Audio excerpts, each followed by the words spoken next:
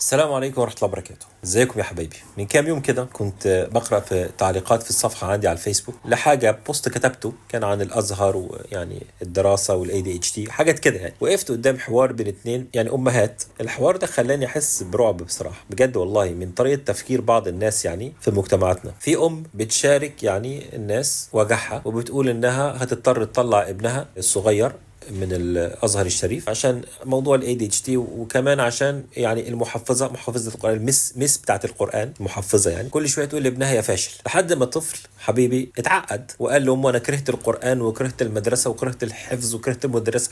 الواد خلاص ورفض رفض قاطع انه يرجع تاني للمكان ده. لحد هنا دي مأساة، مش مأساة ان هو هيسيب الازهر، مأساة تربوية بنشوفها طبعا كتير في يعني للاسف الشديد يعني. لكن الصدمة بقى الحقيقية كانت في رد ام تانية ردت عليها، دخلت كده بكل ثقة كده في التعليقات وقالت لها يعني هو النبي عليه الصلاة والسلام، طبعا ما اعرفش بقى كده بالاسلوب ده بس انا بتخيل يعني هو النبي عليه الصلاة والسلام ساب الدعوة لما الكفار قالوا عليه ايه ساحر او مجنون او كاهن او شاعر؟ يعني بمعنى كده يعني انه اللي انا فهمته بقى يعني خلي ابنك ده يستحمل الاهانه والاذى النفسي ده عشان خاطر مش عارف بقى خاطر الدعوه مثلا، خاطر الدين يعني. ماشي،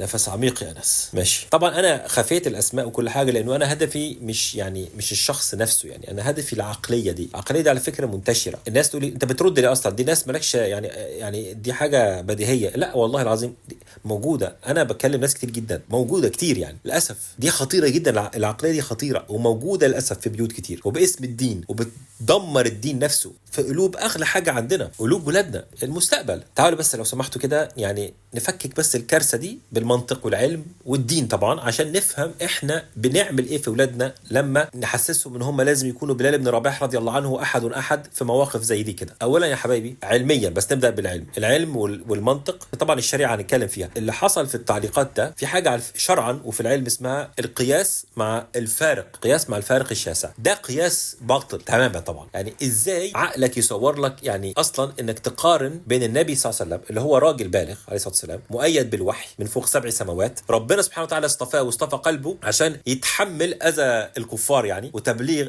رساله للعالمين، بين طفل صغير غض لسه بيبي، يعني بيبي العقيده، لسه بيبي في الثقه في نفسه، لسه بيبي في كل حاجه، وكمان بيتعرض لاساءه نفسيه وتدمير من معلمه المفروض انها بتعلمه يعني الرحمه وانه ارحم كلام في الوجود القران، بتعلمه ده وهي ما عندهاش رحمه بيه الظاهر. عندها ضغط نفسي، مشكله ما تربيش عيال، ما تعلميش، مش مشكله دي يعني ربنا يعيني، انا مش متنرفز بس يعني في حاجات كتير عايز اقولها يعني، وعندي اي دي اتش دي كمان في الموضوع بسرعه يعني. فعلم النفس العصبي اللي هو نيورو سايكولوجي يعني في حاجه بيقولوا ان مخ الطفل في السن ده عامل زي اسمها ايه ده السفنجه دي، السفنج بيبنى لسه، في حاجات بتتبني عنده، في حاجه اسمها نيورال باثويز، حاجات عصبيه، نواقل عصبيه بتتبني. يعني الطفل ده لما يمسك المصحف القراني الكريم يمسكه في ايده كده ويسمع كلمه يا فاشل يا غبي، انتوا عارفين اللي بيحصل؟ الاميجدلا اللي هي البتاع اللي اسمها اللوزه الدماغيه دي اللي ورا دي المسؤوله عن الخوف والمشاعر، مشاعر سلبيه يعني، بتشتغل بقى باقصى طاقتها. فيحصل ايه بقى النتيجه؟ مخ الطفل ده هيربط لا اراديا بين القران والدين وبين الاهانه والخوف والاحساس بالنقص وكده. فانت هنا مش بتعلمه كلام ربنا، انت بتزرع جوه عقله الباطن تراوما، صدمه نفسيه هتكبر معاه. فاهمين قصدي؟ زي كده مثلا بنسقي نبته صغيره ونسقيها بميه نار وننتظر بقى تطلع بقى الشجره جميله وقويه. وطبعا يا حبايبي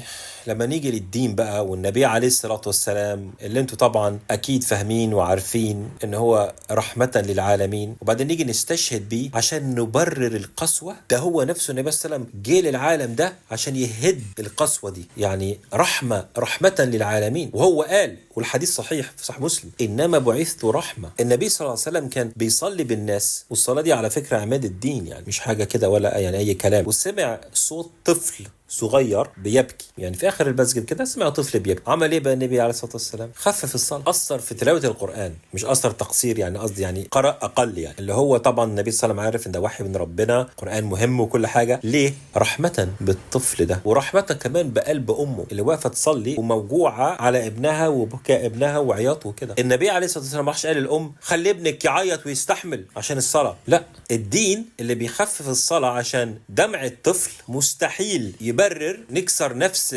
طفل تاني او تدمير كرامته عشان يحفظ آية او آيتين. الطفل في الإسلام يا حبايبي غير مكلف، القلم مرفوع عنه، مش مطلوب منه ابدا انه يتحمل مثلا اهانه ويتقال له يا فاشل وندمر ثقته في نفسه عشان نثبت بقى ان هو صابر على الدين او الدعوه. الصبر على اذى في الدعوه ده للبالغين اللي اختاروا كده، اختاروا وتقبلوا ده. وقبول الاساءه التربويه للطفل يدرس مثلا دي حاجه تانية خالص. معلش انا اسف طولت، بس هنهي بس كده بكلمه محشوره جوايا لازم اطلعها. لما نعلم ولادنا او نبرر انهم يقبلوا الاهانه باسم الدين، احنا مش بنطلع جيل قوي بيتحمل زي ما احنا فاكرين، احنا بنطلع جيل مشوه نفسيا، جيل ممكن جدا لما يكبر وحصل هيلحد ويكره الدين، وحصل لانه هو اتربى على حاجه في عقله الباطن ربط كلام ربنا بالقسوه والظلم والمهانه.